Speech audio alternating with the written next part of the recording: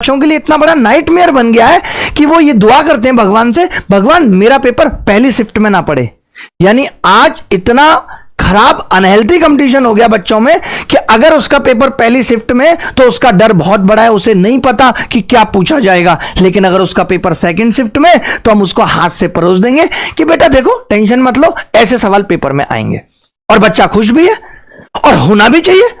अगर आज कोई टीचर पेपर से 5 मिनट पहले वो 25 क्वेश्चन आउट कर देगी, ऐसा सवाल आएंगे, तो बच्चा खुशी से पागल हो जाएगा और टीचर को भगवान समझ लेगा। बट क्या ये सही है? क्या ये भगवान वाला काम है जो हम उसको जिस रास्ते पे लेके जा रहे हैं?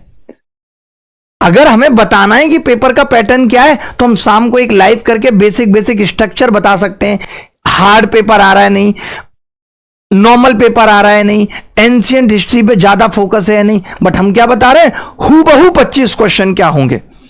जब आज एक बच्चे ने मुझे क्वेश्चन भेजे, मैं आपको बताता हूं, आज एक बच्चे ने जब मुझे क्वेश्चन भेजे, इस तरीके से उस बच्चे ने क्वेश्चन भेजे मुझे, देखना ऐसे, उसने पूरे सवाल भेज दिए, ऐसे सवाल भेज रहा है कि सर कॉन्ग्रुएंसी पे आया सवाल, PQ 21 और एक दिन में कर रहे हैं, इतने तो हम गणित के टीचर हैं, सब पहचान लेंगे। मैंने सोचा कि यार ये बच्चा पेपर कर रहा था या पेपर में क्वेश्चन उतार रहा था, क्योंकि बिना क्वेश्चन उतारे तो बच्चा पेपर में सवाल दे नहीं सकता इस तरीके से लिख के। जबकि SSC ये नोटिस निकाल चुकी है, आप SSC का नोटिस देखिए, SSC ये नोटिस निकाल चुकी है कि किसी भी स्थिति में आप एग्जाम के दौरान, जब तक कि ये एग्जाम चल रहे हैं 26 तक, तब तक किसी भी क्वेश्चंस को disclose, publish, reproducing, transmitting, storing, facilitating नहीं कर सकते। लेकिन हमें क्यों मानना है? मैं बच्चों से भी पूछना चाहता हूं, शिक्षकों से भी पूछना चाहता हूं कि हम इस नोटिस के खिलाफ क्यों जा रहे हैं जब SSC ने ये कह दिया। और मैं ये देखता हूं कि जब बच्चों के हक की लड़ाई की बात आती है वहां तो आप खड़े नहीं हो पाते हो। अभी 2023 वाले बच्चे दर दर की ठोकरें खा रहे हैं, 4 सवाल गलत आए, मामला हाई कोर्ट में पहुंच गया, आपने नहीं एक वीडियो बनाया। अभी बच्चों के एडमिट कार्ड फंस गए 31,000 बच्चों के, आपने एक वीडियो बना के नहीं बोला कि आप SSC ऑफिस जाओ, वहां से आपका पेपर देने का मौका दोबारा मिल सकता है। तब आपकी इंसानियत कहां चली जाती है? UFM जब आया, UFM पे तो आपने वीडियो नहीं बनाया कि SSC को UFM हटाना चाहिए। जहां आपको अपना फायदा दिखता है वहां आप सबसे आगे आ जाते हैं। और मैं किसी एक टीचर की बात नहीं कर रहा, सबके 10-10 दिन से सेशन लगे हुए एनालिसिस करेंगे। What the analysis? Paper leak है ये। पेपर लीक पे तो आप लोग बहुत आवाज उठाते हैं, पेपर कैसे लीक हो गया, और ये क्या है? जब मुझे मालूम है, मुझे SSC की वीकनेस पता है कि SSC सेकंड शिफ्ट में भी वही पूछेगी जो फर्स्ट में पूछ रही है, तब तो ये पेपर लीक ही हुआ ना। बच्ची ने मुझे लिखा, मुझे इतना इमोशनल लगा। एक बच्ची ने मुझे, बहुत बच्चों ने मैसेजेस भेजे, बट मैं एक मैसेज ये दिखा रहा हूं आपको जिसमें लिखा उसने साफ साफ कि सर सुबह एग्जाम जब शुरू नहीं हुआ था तब तक बहुत डर लग रहा था कि क्या होगा, कैसा एग्जाम जाएगा, पर अब आने वाली हर शिफ्ट में सबको पता लग गया है कि SSC क्या पूछ रही है।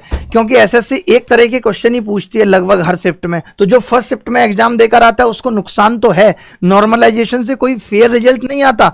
तो मैं भी एनालिसिस के खिलाफ ही हूं, पर मैंने देखा है बाकी सब टीचर्स ने एग्जैक्ट वैल्यू के साथ सारे सवाल करा दिए सर, जो गलत है। मैं मानती हूं कि एनालिसिस भी अगर हो तो ऐसा हो कि कम से कम वैल्यू चेंज हो जाए, लेकिन बाकी टीचर्स ने सेम वैल्यू के साथ सब कुछ करवा दिया, ये सब जानते हुए कि SSC next shift same value पर भी सेम क्वेश्चन पूछ सकती है। अब जो देख रहा है उसको सेकंड नंबर ही सही पर फ्री के नंबर तो मिल जाते हैं। सही बात है।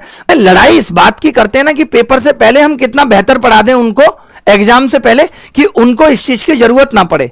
या हम ऐसा कर सकते हैं कि चलो आज शाम को हम आए और हमने क्वेश्चंस का एक बेसिक स्ट्रक्चर बता दिया, 150 सवाल डिस्कस करा दिए कि इस तरीके का पेपर आप पढ़ो, ऐसे सवाल पूछे जा सकते हैं। आज के पेपर के आधार पे मैं बता सकता हूं कि यार मोस्ट एक्सपेक्टेड क्वेश्चंस क्या बन सकते हैं। बट हूबहू 25 सवाल पहली शिफ्ट के करा के दूसरी शिफ्ट वालों के मुंह पे मार देना किस हद तक सही है? एनालिसिस बंद होना चाहिए, हूबहू 25 क्वेश्चन बंद होने चाहिए। एनालिसिस में ऐसा कर लो, कैसा पेपर आया, मॉडरेट आया, अच्छा पेपर आ रहा है, आप लोग कर पाओगे। हिस्ट्री ज्यादा पूछी जा रही है, ज्योग्राफी कम पूछी जा रही है, ट्रिग्नोमेट्री कम पूछी जा रही है, अलजेब्रा ज्यादा पूछा जा रहा है, दैट इज एनालिसिस। आप इसे एनालिसिस नाम कैसे दे सकते हैं? ये तो पेपर लीक है सरासर। 25 के 25 क्वेश्चन आपने बाहर कर दिए, क्या मतलब रह गया ऑनलाइन एग्जामिनेशन का? कोई सेंस नहीं रहा। ये तो पेपर लीक है, इसको एनालिसिस नाम मत दीजिए, पेपर लीक है सरासर।